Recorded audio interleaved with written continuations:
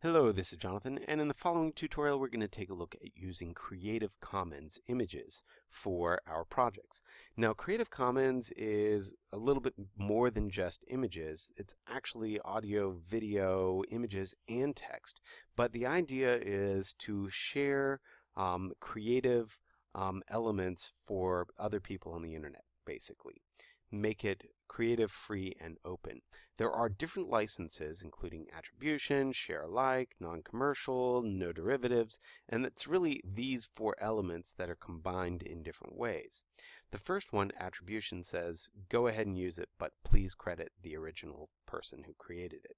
Non-commercial says go ahead and use it, but you can't make any money off of it. For example, you can't resell something that you have used from Creative Commons for somebody else to buy. Non-derivatives says your version must equal mine without any changes, and share alike says go ahead and make changes, but if you do, please share it out to the Creative Commons again. Now, there are some commercial, I think attribution and no derivatives, things like that are commercial. Only the ones that say non-commercial, of course, say that you're really not supposed to use it for commercial purposes, including corporate websites or something like that.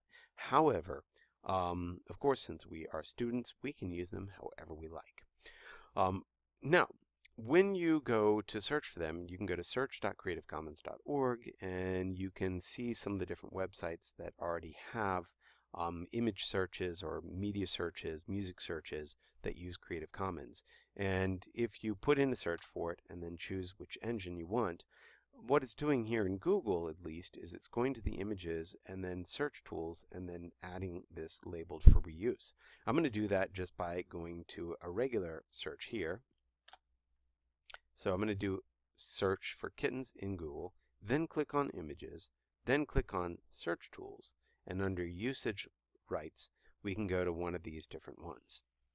The one that they chose was labeled for reuse with modification, and of course you can go ahead and use labeled for reuse as well. Now, the next thing I want you to do, typically for your projects, is try and find images that are fairly high resolution. So I'm going to go ahead and use the 1600 pixels. So this will actually give me some pretty large images, and if you take a look, I want you to notice that some of them are Flickr, and then some of them are something like Commons, Wikipedia, and some other places are Wikimedia in this case. And it'll also show you what the resolution is.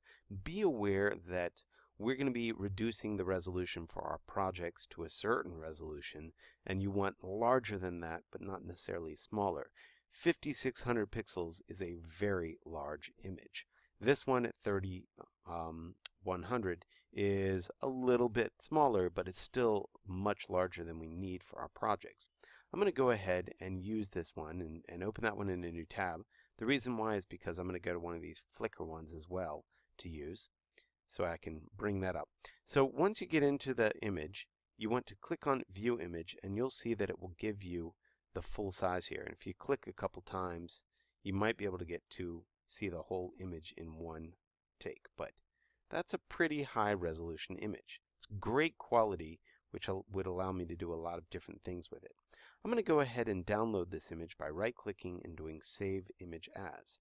Now, in my folder for your projects, I want you to create a subfolder, and I'm asking you to name it _originals. This way you know that these are the original files that you downloaded. The next thing that you're going to want to do is possibly change the name here so that we have where we got this image from. We know that this is Wikimedia, so we could do Wikimedia as our image, just the name at the beginning of our image, or you might also just do Google, since you know that it means that you did a Google search. If you want, you can create subfolders for the different websites that you got the images from, but it's important that you can find the images again in the future if you really need them. Anyway, I'm going to go ahead and save this particular image so I can get back to it in a minute. Now, the reason that I went to this Flickr one is that I want you to notice that it's called Kittens. That's just the name of it on Flickr. And if I click on View Image, it's going to immediately ask me to download it. And it also comes up with this crazy code. So I'm going to go ahead and just name it here, Flickr Kittens, and then keep that code in there for now just because that way we can maybe track down the original number if we really needed it. Anyway, it is also possible for you to download images straight, here we go, to download images straight into Photoshop. Way to do this would be to click on View the Image so that we get to the large version of it. So there's the large version of that image. This particular one is not very high resolution, but at least it'll show what we're talking about. And I'm going to right click and choose Copy Image.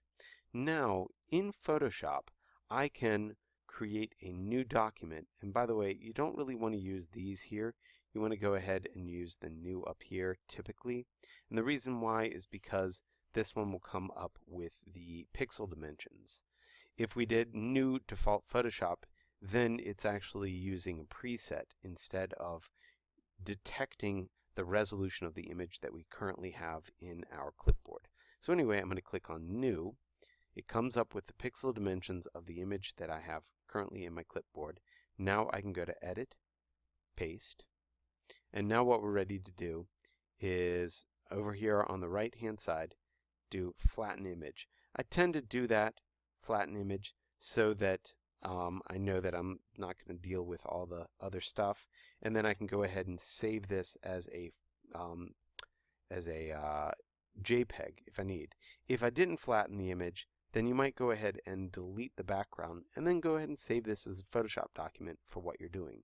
That way you don't have to actually even have a record of what that image is. However, that's the problem. There's nothing in here that tells you where this image is from, and that can be a real problem if you do this because you can't track it down. That's why I like to download the images and have some sort of name or something that allows me to figure out where they came from. Okay, so I think that's really it. Oh, I guess there's some other places. For example, if we were going to go to find other stock art stuff, you'll find it all over the place. Lots of different websites, like even Pixabay. If I do kittens here, you'll see that I can find some great images. Some of them, by the way, are sponsored images, which means they're not going to be open source, but some of them are really, really great quality. In order to download them, you would choose a size and then click on the free download, and then you would have to sign up and log in order to download them.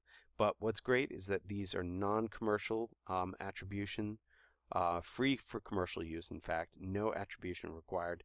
Excellent place to get cats that are, or pictures that you can use in your projects. In fact, this one, that one is a sponsored one, should have noticed. Anyway, Flickr is another place you can get them. And if we look for them here, hopefully we will find some that we're looking for. One of the things that I'm going to do here is try and find ones that only have large sizes so that I know that I can reuse them. So here's a beautiful looking cat, and then over here on the right hand side I can even download the original size, which is excellent. And there's where I can add that flicker at the very beginning and then save that image. Now in Photoshop, once again, the other thing that I wanted to point out, I'm going to go ahead and cancel that one, is that I do want you to rescale these images so that we can have them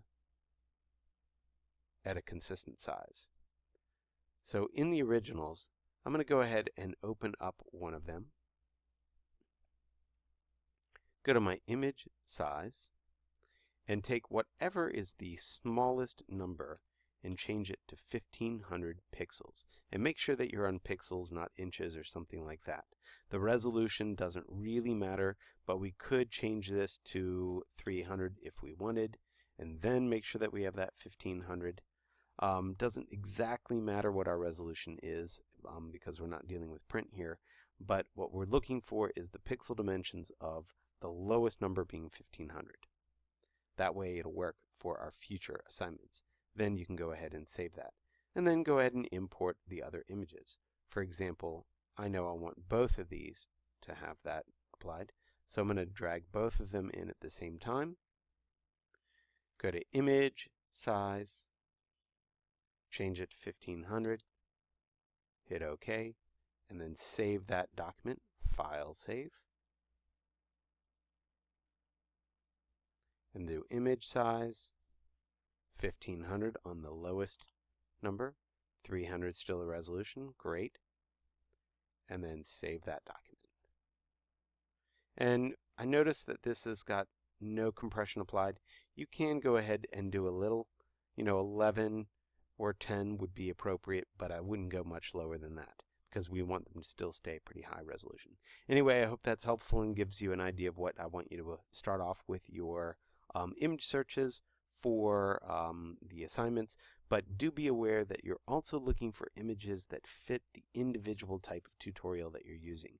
So if you're not using the image from the original tutorial, you want to find an image that is similar to it, where it has the ability to do the same tasks. So let me know if you have any questions, and thanks.